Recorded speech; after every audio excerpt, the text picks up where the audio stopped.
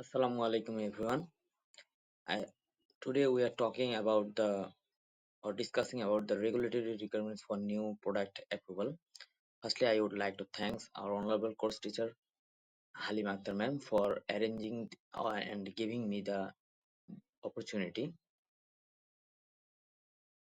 I am Al-MASUM Hussain. My ID is 12115022. I am here to talk about the special categories, stability and bioequivalence test, and also the validation and qualification.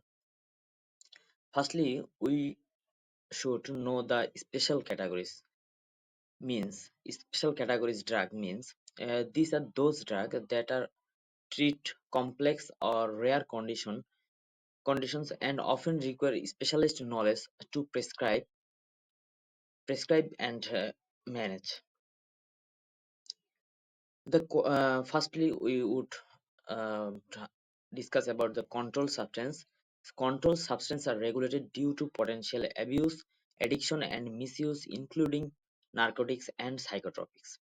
These substances are tightly controlled by law, prevent misuse, and ensure public safety. Approval processes involve stringent documentation and adherence to international guidelines, requires approval from the Directorate General of Drug Administration, shortly known as the DGTA. Additional permissions from relevant authorities may be needed. Now we talk about another special category drug, which is known as the orphan drugs. Medicines developed to treat rare diseases affecting a small population is known as orphan drugs. Designed for conditions with limited patient populations, these drugs benefit from special regulatory pathways like accelerated review or tax incentives to increase development, accelerated approval process to address unmet medical needs. Now, the biologics products. Products derived from living organisms, including vaccines, monoclonal antibodies, and gene therapies. These products involve a complex manufacturing process and require detailed clinical data to ensure efficacy and safety. Special attention is given to good manufacturing practices, compliance, compliance with good manufacturing practices, submission of detailed clinical trial data also. Now we talk about the bioequivalence study. Bioequivalence study is a special type of study designed to compare the amount of drug that enters two products that are using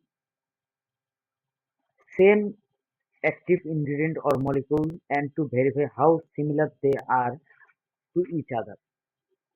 This is important for developing a new dosage formulation or mandatory for generic drugs. Demonstrate therapeutic equivalence to the reference product conducted following international guidelines. The key aspects of bioequivalence study, the study design, crossover study under fasting and fed conditions, subject healthy volunteers or patients depending on the drug type. Now the parameters, measurement of pharmacokinetic parameters like maximum concentration and area under curve. The sampling for the bioequivalence study, blood or plasma sample collection at a specific interval. Key submission requirements for bioequivalence study, protocol design and study report, analytical validation of bioanalytical methods. The approval process for bioequivalence study is the submission to the DGDA, review by the technical committees for compliance and accuracy. Outcome of the study: bioequivalence is established if the pharmacokinetic parameters fall within the accepted range of 80 to 125% for maximum concentration and area under curve. Now we talk about the stability studies.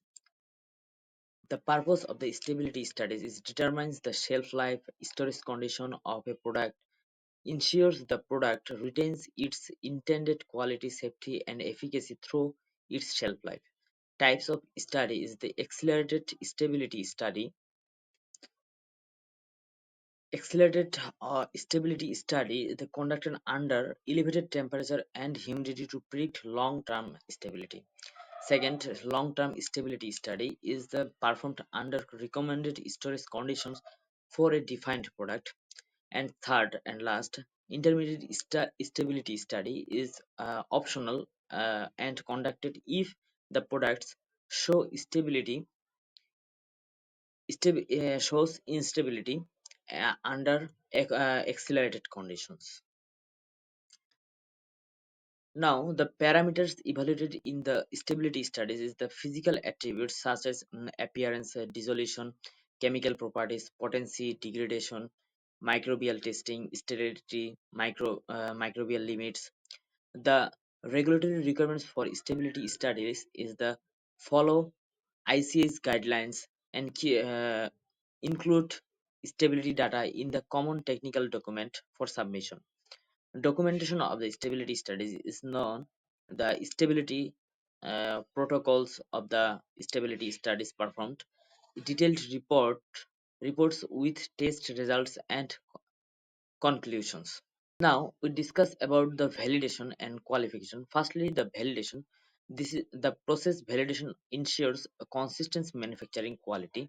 Analytical method validation confirms accuracy, specificity, and reproducibility.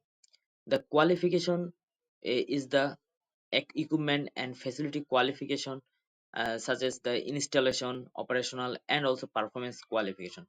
Periodic requalification to maintain standards. The documentation for the validation and qualification is the detailed protocol and reports for each validation and qualification. Here is the references of our information. Thank you for listening me. Thank you everyone.